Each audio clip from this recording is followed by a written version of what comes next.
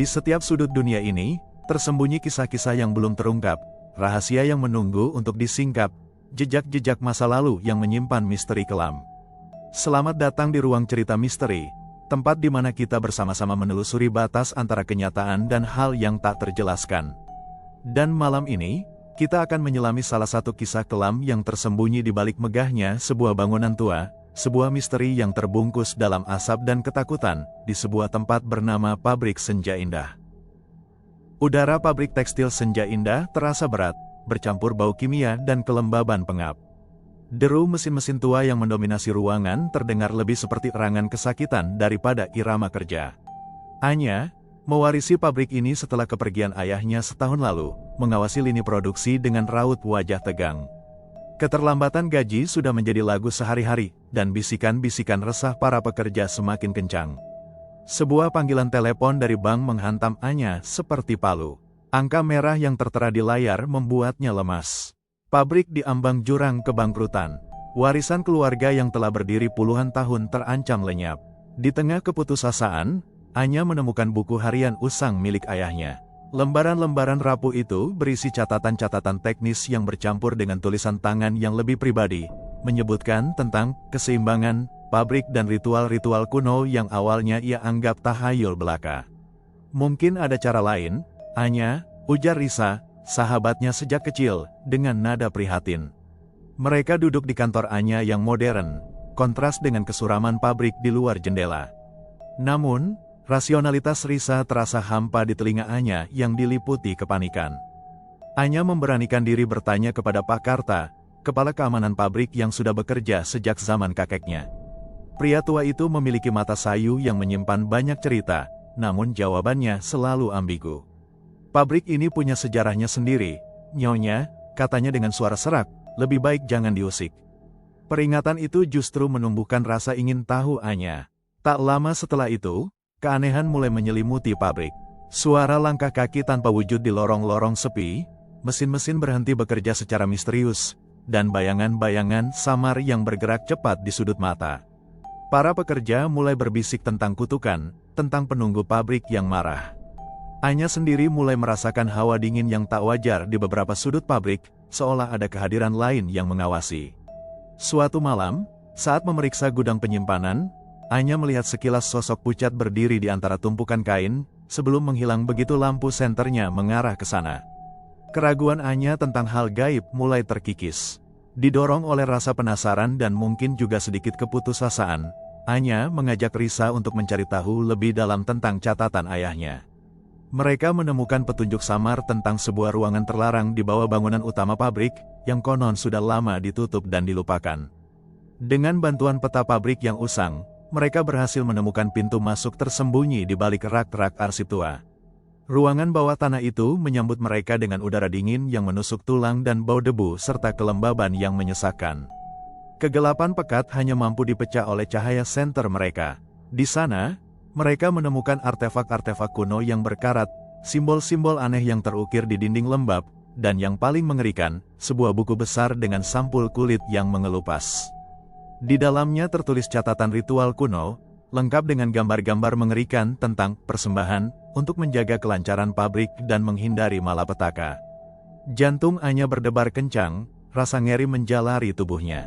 Bayu, sang mandor pabrik yang selama ini tampak loyal, tiba-tiba menjadi gelisah dan sering terlihat mengawasi gerak-gerik Anya. Ia mencoba mengalihkan perhatian Anya dari penyelidikannya, memberikan alasan-alasan yang dibuat-buat. Ada sesuatu yang jelas ia sembunyikan. Kecurigaan Anya semakin besar ketika seorang pekerja mengalami kecelakaan aneh di lini produksi. Mesin yang seharusnya aman tiba-tiba bergerak sendiri, mencelakai pekerja tersebut. Desas-desus tentang kutukan semakin santer. Malam itu, Anya dikejutkan oleh mimpi buruk yang terasa begitu nyata. Sosok gaib yang marah, dengan mata merah menyala, muncul dalam kegelapan, menuntut sesuatu yang tak bisa ia pahami. Anya semakin terobsesi dengan catatan ritual, berusaha memahami setiap kata dan simbolnya. Risa, melihat sahabatnya semakin larut dalam kegelapan mistis, merasa khawatir. Anya, ini tidak masuk akal. Kita harus mencari solusi yang nyata, ujarnya cemas. Namun, telinga Anya seolah tertutup. Suatu malam, Saat kembali meneliti ruangan terlarang sendirian, Anya secara tidak sengaja menemukan celah tersembunyi di balik dinding batu.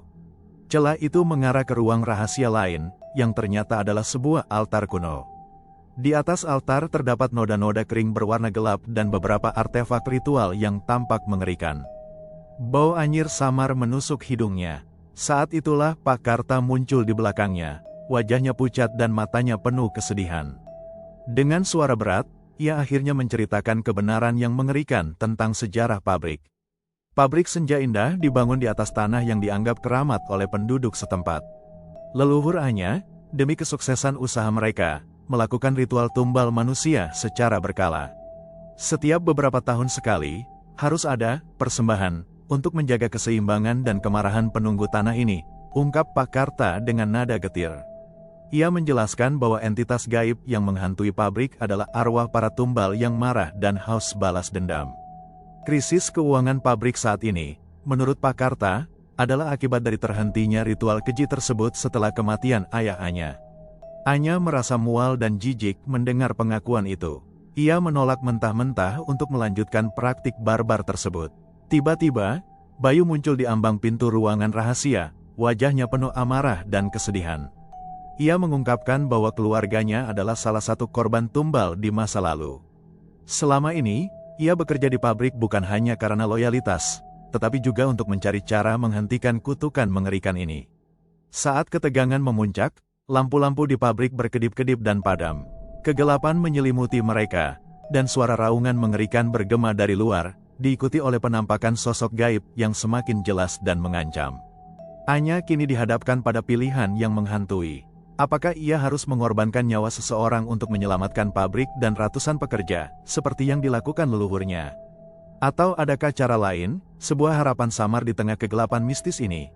Risa terus berusaha meyakinkan Anya untuk mencari solusi rasional, menolak mentah-mentah ide tentang tumbal.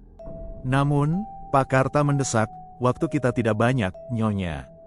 Kemarahan mereka semakin besar. Diam-diam, Anya dan Bayu mulai mencari cara alternatif untuk menenangkan arwah para tumbal tanpa harus menumpahkan darah.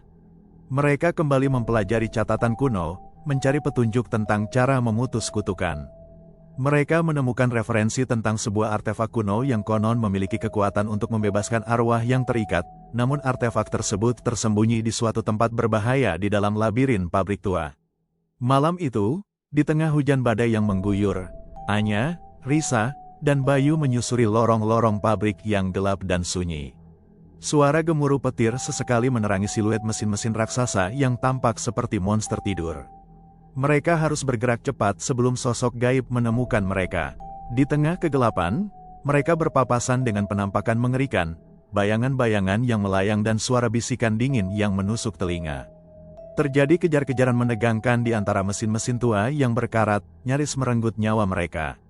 Akhirnya, mereka berhasil menemukan artefak yang dicari, sebuah kalung perak dengan liontin berbentuk mata tertutup.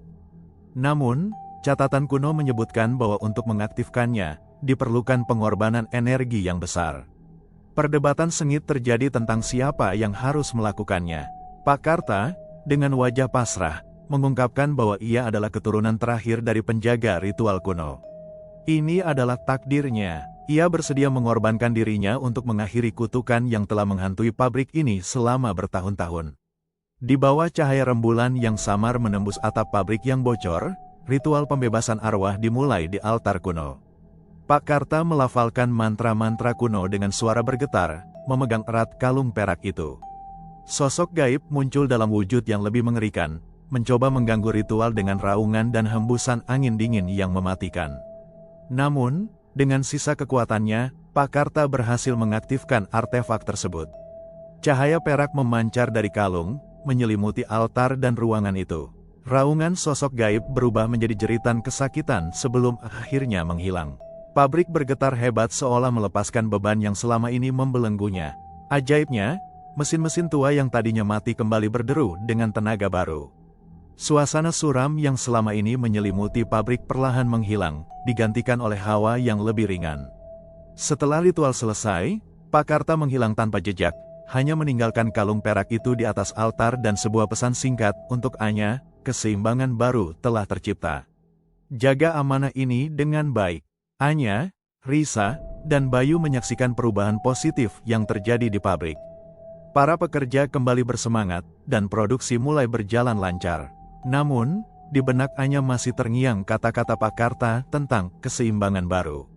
Saat membersihkan ruang kerja ayahnya, ia menemukan sebuah catatan tersembunyi yang mengisyaratkan bahwa mungkin ada cara lain untuk menjaga pabrik tetap berjaya di masa depan, cara yang tidak melibatkan pengorbanan nyawa.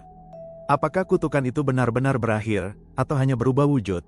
Anya menatap kalung perak di tangannya, merasakan tanggung jawab besar yang kini ia pikul.